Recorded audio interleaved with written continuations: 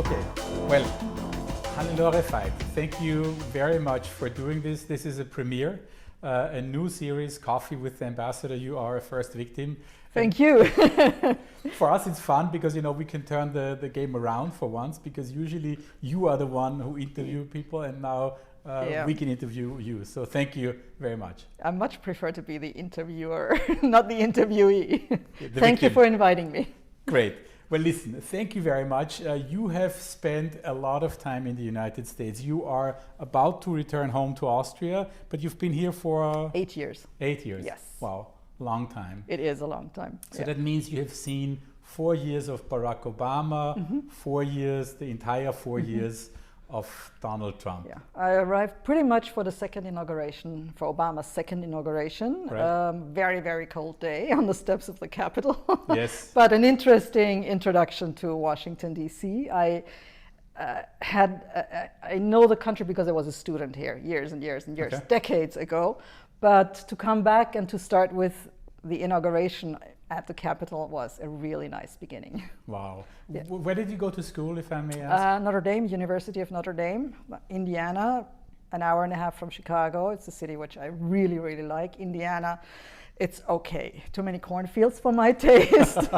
But Notre Dame was exciting. It's a football university. Sure, huge. So The Fighting Irish. Yes, go Irish. Yes. Very cool. And very cold, no? Yes, and very hot in summer and very cold in Okay. winter. Yeah, I did my master's in American studies there. Oh, So, wow, American studies. Yes. So, as opposed to me, you really know what you're talking about.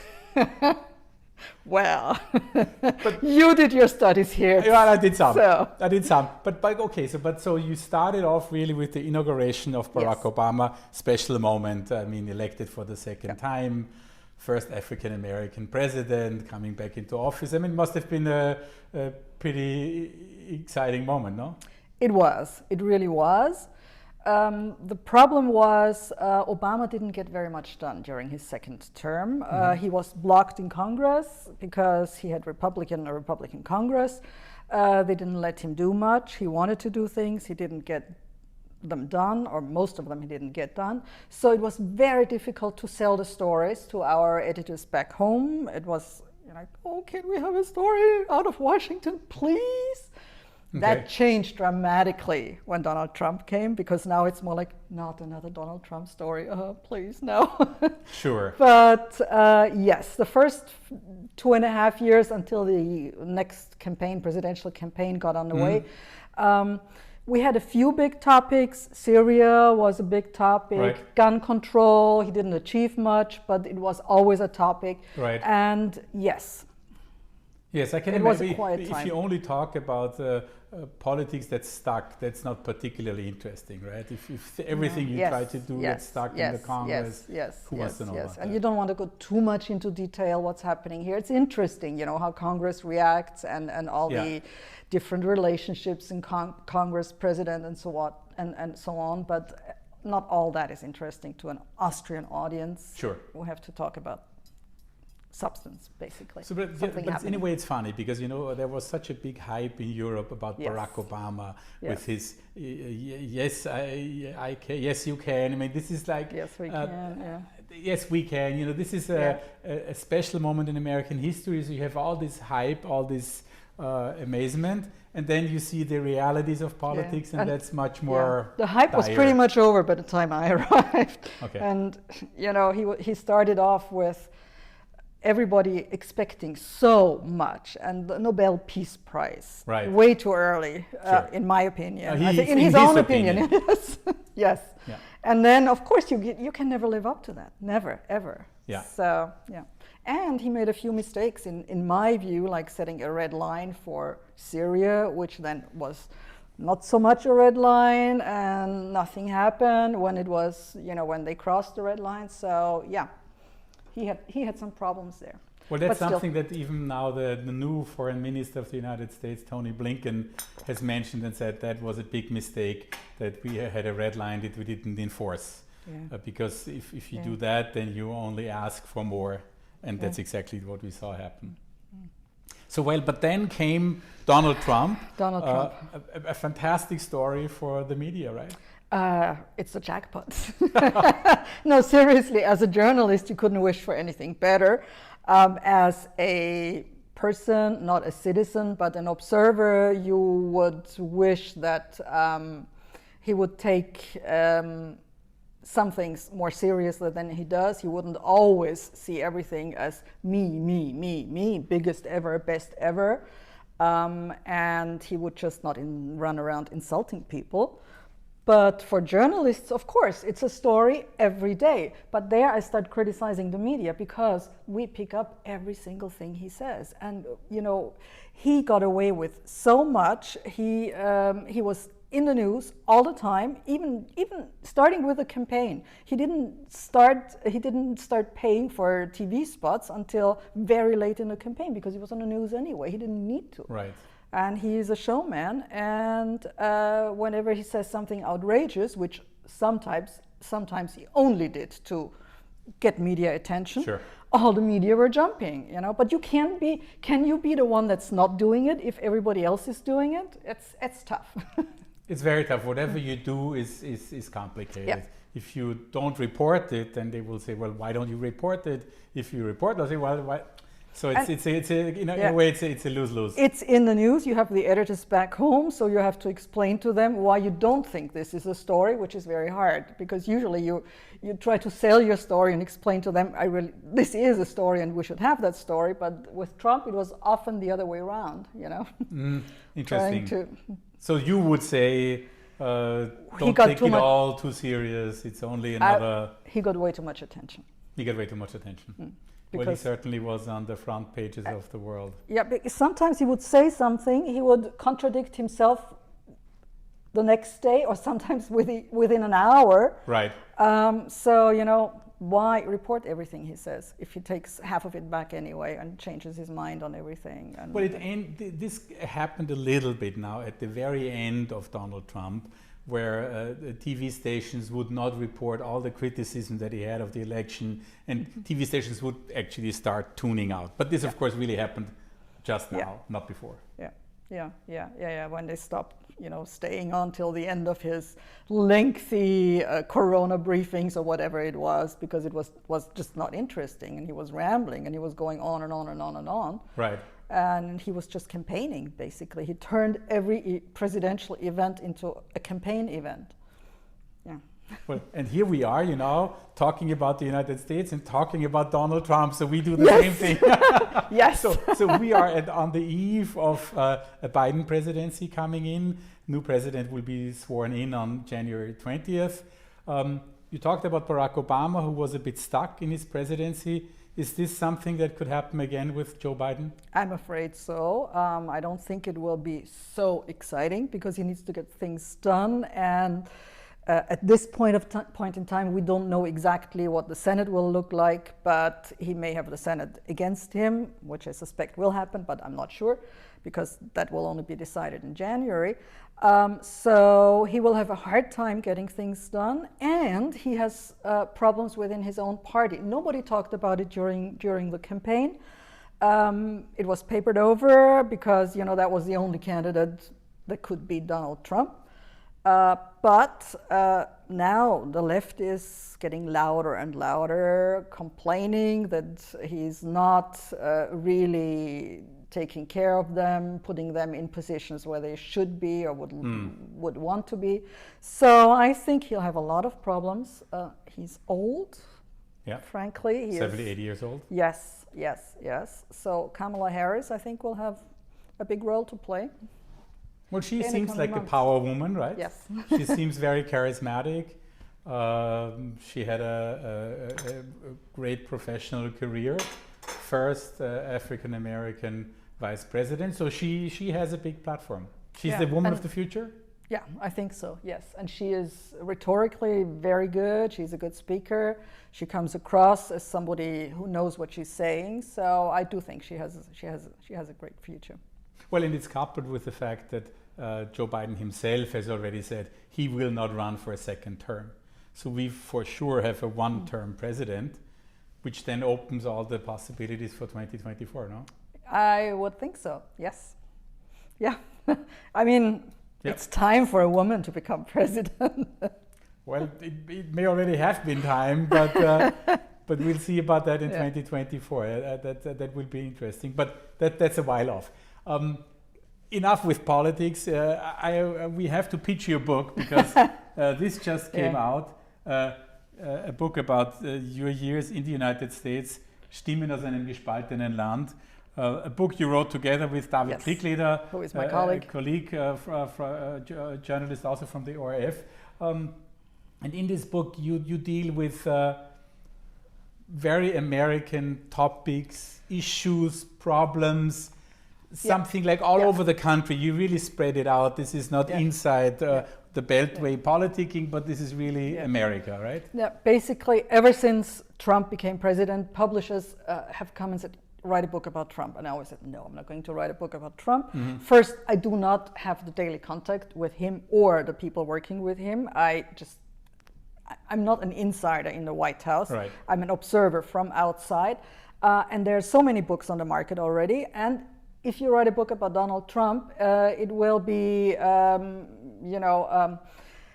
it's no longer to the point by the time it gets published because there's so much time between that. So I suggested then, well, let's just talk about topics that are really issues that America talks about and use a person to stand for that issue, or let the people talk. So we try to get people from all over the country, geographically, socially, city people, urbanites, country folks, farmers, blacks, everything. And well, everything, not everything. There could be many more volumes, yes. But we just try to do different points of view and present them and not judge too much, just let the people talk about what is important to them. I thought that was a very interesting concept because, a person always tells their story best. So I think it gives a lot. Yeah. To me, one important point in there was to talk to Trump voters who are not the typical campaign people, not the base, not the base as hardcore we know base. It, the hardcore base, the ones that run around with arms and Trump hats and everything. That's a middle-class family in Fargo, North Dakota, and Fargo interested me because Fargo is, it has a big name. Sure. Ever since the Coen brothers came out with their film.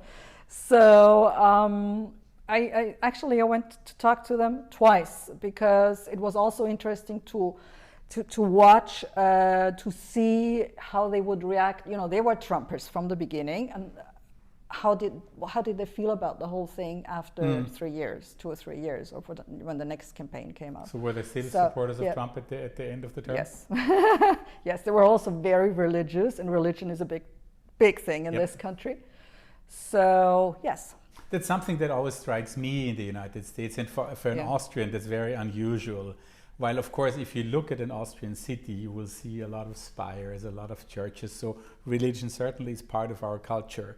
But to have an American politician regularly talking about God, so help me God, so this, so that, very unusual for Austrian politics, right? Every speech ends, God bless you and God bless America. It doesn't happen in Europe. It just doesn't happen. Yeah. It doesn't happen. So this is something. But that's what I wanted to ask you also. Are there other things like that which just strike you when you come from Europe and you say, wow, this is so different, this is such a, be it politics or anything else?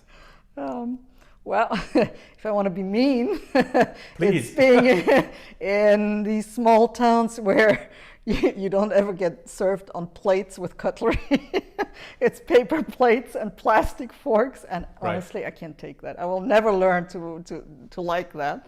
Even though there are extremes, like everything in this country has one extreme and another extreme, there are a lot of, especially Californians, who are super health conscious. I mean, the food they eat, it has to be healthy. Every bite they take has to be super healthy. And there's the opposite. I mean, if you go to like poor areas where you don't even have supermarkets where they sell fresh produce, that strikes me really as how can this happen? And how can it be like this? And I've talked to a lot of these people. who live on food stamps and whatnot. And I remember one of them saying, yeah, I would like to eat the cucumber once in a while, but it costs $1. That's too much for them, because for $1 you can get a lot of junk food. And for $2 you can get your meal, or $3. Sure. But it's not going to be healthy. And this country has a problem, I think, as far as food is concerned. So. Well, that was something, when I was Consul General in Los Angeles, it also struck me that, of course, the divisions between rich and poor are so much bigger than what we know from home. Yeah. I remember when there was a basketball player who just bought a new house in Los Angeles for $55 million. Yeah. Who even owns a house that's worth $55 million in Austria? Yeah. But it was just a house of a player. He wasn't even the superstar. He was a good player. Yeah. And the opposite is true. If you go into poorer areas in the cities, look at the teeth, people's teeth. They don't have teeth, most of them, because they can't afford it, because they can't afford a doctor, or they can't afford going to a dentist. You know, the opposite, of course, is the super white American smile. Classic American smile, yes. Sure. That's what strikes me when I go back to Europe. Right. Really, it strikes me, because I'm so used to white teeth, brilliant white teeth. But I think that's one thing. They had a story the other day about how can you spot an American if he's traveling abroad, and that's one giveaway. You look at the teeth, it's like, it must be American. Yeah. Absolutely. Any story that happened to you, because 8 years is such a long time, so it will be hard to really pinpoint a story, but anything that was for you particularly striking or funny, or something where you just say, wow, this is this one moment or story that would be something you will ever always not so remember? good with funny stories. Okay, I mean, not funny, sad story. Sad story. Okay, just one moment that I really enjoyed, because it was so, it was just a month after I arrived, or 2 months after I arrived. There was the Oscars 2013, and I went there because I got an interview with Christoph Waltz for Im Journal zu Gast, a series, and it was broadcast on Saturday. On Sunday, he got the Oscar, and he wasn't the only Austrian. That was Michael Haneke. Yeah. And I was, going to the Oscar party at the consulate, at the Austrian consulate, was a lot of fun. Wow. Where Michael Haneke turns up, if you touch the Oscar, you don't get one yourself, so it's over for me. Oh, is that what they say? That's what they say, yes. If you that's too bad. Pick up an Oscar. Yeah. But sad story, I think the saddest for me was to go to Mississippi, and I did that for the election campaign 2016, because we did stories from all over the country again. I went to the Mississippi Delta, which, by the way, has nothing to do with the river Delta. It's just the area called Delta. And that's one of the poorest areas in the United States, all black, mostly black, and there's so much despair, and there's just no hope there. And that was, asking people, well, who would you prefer as a president? It was Trump or Hillary Clinton at the time, and many of them said, I don't care, they won't do anything for us anyway. Right. And I left with a feeling of, how is that possible? Why do these people feel so left out of whatever is happening in But why are they so left out, right? They don't even feel they are really left out. I know, yes. And there's no money there. Education, public education it's really lousy in that part of the South, in that part of Mississippi. And on another note, what struck me there is kindergartens were, there aren't enough there, and there's one person who happens to have a house down there, Morgan Freeman, who is funneling a lot of money into kindergarten, building kindergartens and running them, because the state doesn't do it. So, well, it's, but that kind of gets us to this point where you see, it's a country of immense opportunity. Yes. When we look around, I mean, just the other day they had a list of the top tech companies in the world, and look at it. I mean, it's like it's pretty much an all-American list. It's also, as far as medical science is concerned, the best of top class, world best. You find it here, and you sometimes find it in the same city where you find people who just can't afford to go to have to have medical care. Cleveland comes to mind, has some of the best clinics, Right. and some of the poorest people live there. And they Right. just can't afford that. So what good is it if you can't afford it, if you can't make it affordable for everybody, which is the one big difference I see between, or not, it's not the one, but it's a big difference I see between Europe and here. Because, the social system, now during the last campaign, it was always socialism, socialist medicine and whatnot.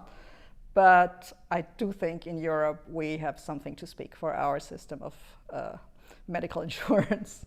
Sure. Healthcare is something that healthcare we are such, definitely are proud of, that we can provide that pretty much for everybody, as is education and so on. I mean, like you say, the big disparities, exciting country. So when it comes to an end after 8 years here, how does one leave the United States? Where, they say sometimes with a laughing and a crying eye. Is that it? Yeah, I tell myself I'm not really leaving because I want to come back. I want to start. First of all, I start something new. I'm not going to work for ORF anymore. I will start my own company. And what my dream is a bicontinental existence. Wouldn't that be nice? Live great. part of the year in Europe, part of the year, or at least a few months a year here. Right. So let's see how I'll do it. I'm not sure. In times of Corona, it's not really easy to start, but I'll get something going this spring. Well, there's a silver lining. The vaccination has just started here in the United States, so there's a beginning of a new world, and so we will continue to see stories from Hannelore Veit in the future. Oh yeah, maybe, yeah. I think so. I think it would be great because I don't think that there are many Austrian journalists who have been here 8 years professionally and then in school in Notre Dame. So you have a deep knowledge about the United States, and which could be put to good use. So that's what I want to do, and I just want to. But I want to do it, like on my own terms, not so much on this daily grind that we have now, which the days here as a journalist with a 6-hour time difference. We start real early. First calls to our home offices are between 7 and 8 in the morning, and sometimes we do radio stories for the next day for Morgenjournal, which means you can only do it at the end of the day when you know what has happened and when you can include everything to the story. So these days are kind of very long. They extend in 2 ways. Right. But but it's also, of course, it's exciting. It is. Yes. Every new beginning is exciting. Yes. Yeah, and also, and I'm looking forward to that. I'm also I was elected president of the Alumni Association of the University of Vienna. So I'm really looking forward to that, because I know from my university here, I know what you can do with an alumni association, and it's simply a network. Right. Notre Dame graduates, I can call them up anywhere where I am and say, hi, I'm a Notre Dame graduate and I'm an alumna. And I would like to, I'm looking for this and that, and can you help me there? And they will always be willing to do that. Yeah. And just a little bit of that spirit, it doesn't exist in Europe, not so much. It's a new system there, and I'd like to take just a little bit of that and transfer it to Europe. I think that's a great idea, because like you talked about Notre Dame and the Fighting Irish and so on. Yeah. I mean, the connection alone with the football team, everybody will know that. They will follow it through their lifetime, how the team is doing. Yes. So you have a strong bond. Yes. And I think that's something that, I mean, there's always things one can learn from the other. That's definitely something where we can improve and learn. Yeah, so. Well, listen, let's see. Thank you so much. It was really much appreciated that you took the time, shared some time with us and with our millions of viewers. So this is great. Thank you for having been with us. Thank you. And to have shared a coffee. Thanks. And thanks for the good coffee. Austrian coffee after. Yes. Thank you.